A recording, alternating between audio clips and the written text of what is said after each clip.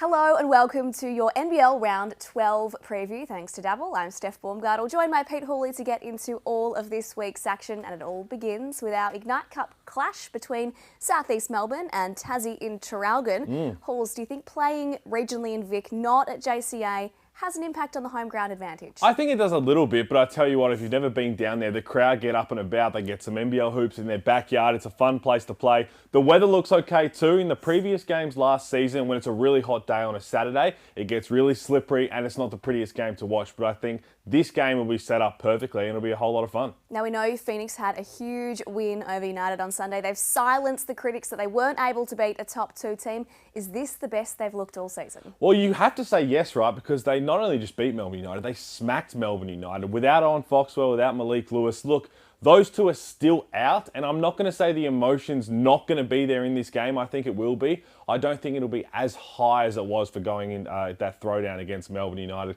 And I think Tazzy, after their poor performance in New Zealand, will come out with a point to prove. And $3 for Tazzy, who like to travel, I think that's a really hefty price. Tazzy is starting to regain some of their pieces now as well. Do you think we're going to start to see a bit of a reincarnation for the I really do. I do. I think David Johnson's been enormous and missing such big time with the calf injury. So he'll be coming back. They need more from Tiger Campbell. And again, a healthy Tasmania. You have to give them an asterisk in New Zealand. It's a tough place to play. They came out of sleep and forever chasing their tail. So having said that, they'd come straight over here to Victoria, going down to Traralgon. I think they'll relish that opportunity. And I really think the Tassie Jack Jumpers at this price is a nice one. We're calling the upset early.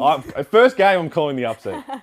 On Friday, it is 1v2. Now, Halls, the 36ers have already kicked United off the top of the ladder. Now they've got a chance to kick them while they're down and get a win. Is pride on the line here for Melbourne? Oh, absolutely. I mean, Melbourne United, we don't see them drop too many to Southeast Melbourne in the throwdown, let alone the way they did as well. So Dean Vickerman, he came out in the press conference and it was a little bit scathing, to be honest. He said he mixed up the starting lineup. He wants guys who are going to play the right way. So the challenge has been set. It would not be a fun week of practice for Melbourne United. And now they go to Adelaide, and Adelaide riding a high after Perth as well. So this is going to be a fun game. Absolutely. It was a massive comeback victory for Adelaide against Perth. What does a big fight back win like that do for a team's mentality? Well, it goes one of two ways, right? Isaac Humphries came out after the game and said their championship belief to go and win it all has never been higher, which is great.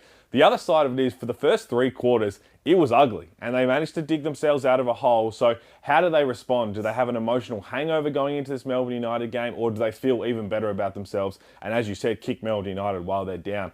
Having played under Dean Vickerman, having played for Melbourne United, I expect a bounce-back game in this. So I don't want to give you 2 upsets off the back, but I think Melbourne United are going to be tough to beat. Now, you touched on the shake-up of the starting lineup. Do you think after 2 losses they continue to be creative, or will they go back to the more traditional format? I think it was a bit too creative in that throwdown. You're throwing in some young guys who have barely played all season. I expect them to get a bit more traditional. Milton Doyle, Tyson Walker, Jesse Edwards as well. Those 3 will be in there. Chris Golding, we'll see what happens. Maybe they continue to bring him off the bench. They've got plenty of talent to give Adelaide a bit of problems, but also you've got to remember that no matter what happens, Adelaide's got Bryce Cotton, and that's always going to help you. Also on Friday evening, the Perth Wildcats take on the Sydney Kings. Now, Halls, Perth dropped a 21-point lead against Adelaide to lose the game.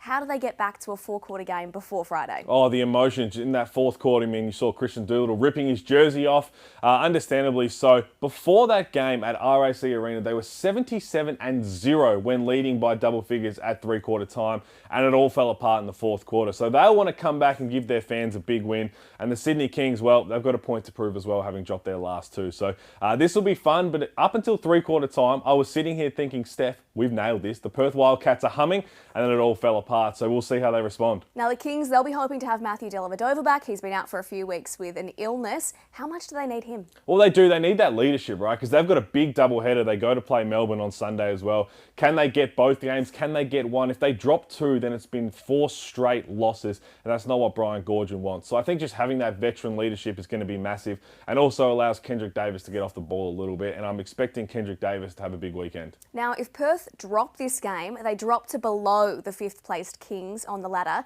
At this point of the season, we're about halfway now. How much do they start to look at the ladder and trying to prevent themselves slipping? Well, I don't want to get too nervous because they have been our pre-season championship favourites, but I still think they've got all the right pieces to go ahead and make a real challenge for this title. But also you've got to realise that the New Zealand Breakers underneath them are coming, the Tassie Jack Jumpers are healthy. You can't drop too many because the NBL is too close.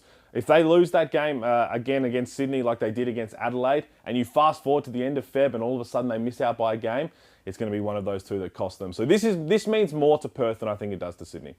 Well, Sunday Hoops delivers us another rivalry matchup because the Sydney Kings then head to Melbourne to take on United. Now, the last time these two teams met, it was in round 7. Sydney stopped Melbourne's winning streak and they did it at John Cain Arena. Can they do it on Melbourne's home court again? Well, a lot of it's going to be, I think, predicated on what happens in the first game of the round for both of these two teams, but I'm looking forward to this one because, again, recent form, recent history, nothing else matters. You've got two of the big city teams going head-to-head. They do not like each other. As we said a few weeks ago, that back in 2018, we had signs in Melbourne United up across the arena saying, go hard or go to Sydney.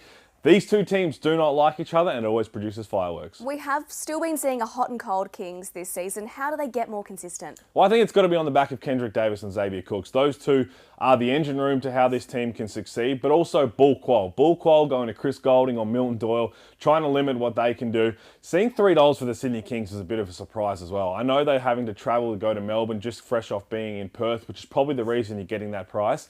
But in the end, it's 40 minutes and it's going to be a dogfight and it will be a whole lot of fun. We're expecting that Shea Ely should be coming back for round 12 for United. Not sure if that'll be Friday or Sunday when he's introduced. But do you think that takes some much needed pressure off Tyson Walker and allows them to get back to their best? For sure. Again, we've been injury crowd as well to Dash Daniels, the youngster. I think in a game that has Kendrick Davis, who ripped them apart last time, having Shea Ely out there to kind of just neutralise that threat on his own, if he's healthy, is going to be massive for Melbourne United. And to be honest, might be the difference between them winning and losing. It is going to be an exciting clash either way. Melbourne certainly won't want to drop another home game to their rivals, the Kings. That is all from us from our round 12 NBL preview. Thanks to Dabble. We'll see you next time.